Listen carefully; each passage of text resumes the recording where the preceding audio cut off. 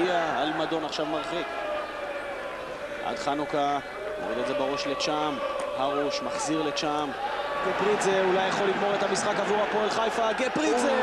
זה היה קרוב. הוביל את הכדור מהר אומנם, אבל לא למקום הנכון. הוא חסם לעצמו את זוויות הבעיטה, ולעצם המקום אליו הוא הוביל את הכדור, היה חייב להיכנס טיפה יותר לאמצע כדי להרוויח גם את הצד השני של השוער. בזמן לא ראינו את חיפה תוקפת עם הרבה שחקנים פשוט. גם זה לא צולח לשינה. הרחקה לא טובה, דודו אברהם מנסה להקשיק מעל אלמדון, גפריצה רצה את הכדור. היה לבד גפריצה. שלחי נצרת הולך ואוזל.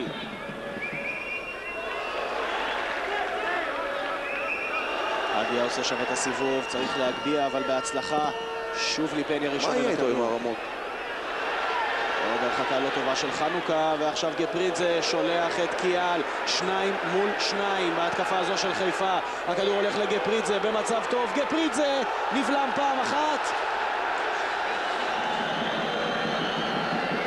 קהל רוצה שם נגיעת יד של הרוש, אבל...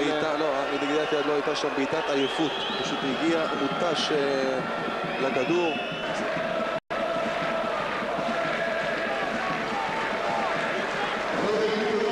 החילוף השלישי של הפועל חיפה, ייזכר בשער של גפריצה שמסיים את חלקו במשחק. בעיקר נזכור את הבישול המופלא של ערן לוי, אבל לא פחות מזה, את הביצוע שמביא לשער. שחקן מצוין גפריצה, אני מאוד אהבתי לראות אותו, תנועה כל הזמן, לא מאבד כדורים. שחקן קבוצתי גם באופי שלו, יורד אחורה, יכל להפקיע עוד שער או שניים לפחות היום. אבל הפועל חיפה בהחלט הרוויחו שחקן רכש טוב מאוד. גפריצה 5 כיבושים בסיבוב הראשון, עבודה נהדרת, גם לא מעט בישולים. יוסי ג'אנח, זה שנכנס במקומו לדקות האחרונות של ההתמודדות הזו. לתוספת הזמן ליתר דיוק, 3.5 דקות לערך במהלכה נחי. שהקבוצה מאמצת והוא מאושפז בבית החולים. היום הוא קיבל אישור להגיע לכאן כאורח של המועדון, זכה לקבל גם חולצות עם חתימות של מכבי חיפה, הפועל חיפה וכוכבי עבר נוספים כמו רובן עטר. לפני שהשחקנים עלו למגרש היו גם כאלה שנשקו אותו, גם מאיתנו כמובן החלמה מהירה. מצטרפים לדבריך.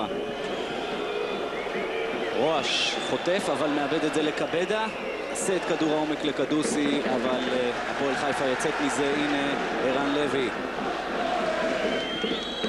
כל משחקי הבית של הפועל חיפה העונה, גפריצה כבש, יש לו בסך הכל כבר 4 שערים העונה. הוא שיחק בשנה שעברה מיכאי במכבי פתח תקווה, ושם הוא לא ממש נתן את מה שהוא יודע, אבל לליגה הזו, ואני חושב שאפילו לליגת העל, הוא שחקן מצוין, שחקן מהיר, הוא יודע להפקיע שערים, הוא יכול לשחק גם על הקו, גם כחלוץ מרכזי, גם מאחרי החלוץ, שחקן יוצא מהכלל.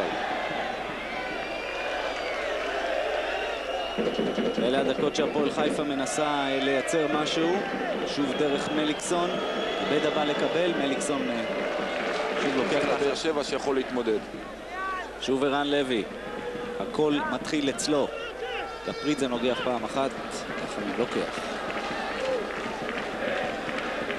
קצת יותר מרבע שעה של כדורגל, עדיין 0-0 כאן בקריית אליעזר. משחק פתוח, שתי הקבוצות מנסות לשלוח שחקנים קדימה, לייצר התקפות. בינתיים הפועל חיפה קצת יותר מסוכנת. איקה!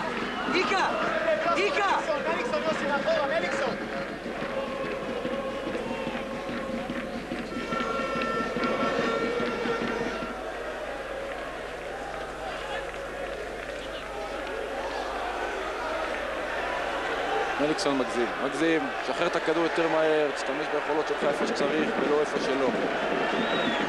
האם חיפה תעניש עם גפריצה שחותך למרכז, קיאל נוגע פעם אחת, וסוף סוף ראינו שיתוף פעולה בין שני החלוצים הטובים האלה שעד עכשיו ב-60 דקות לא ראינו מהם כלום. אבל יופי של התקפה, גפריצה פתח בשמאל לאמצע, עכשיו הוא בצד ימין, כניסה מצוינת מהקו לאמצע, דאבל פאס, הכדור הגיע לרגל הימנית שלו, ומזווית כזאת עדיף רגל שמאל בועט, אבל גפריצה, אבל השתלטות טובה, בעיטה טובה, קצת יותר מדויקת, ואולי הכדור היה נכנס, כי יכול להיות שגם אם זה היה מדויק, אסי רחמים כבר קפץ לפינה, ויכול להיות שהיה עוצר את זה, כי הכדור לא היה חזק. מוטי פשחצקי, יש לנו חילוף גם בהפועל חיפה.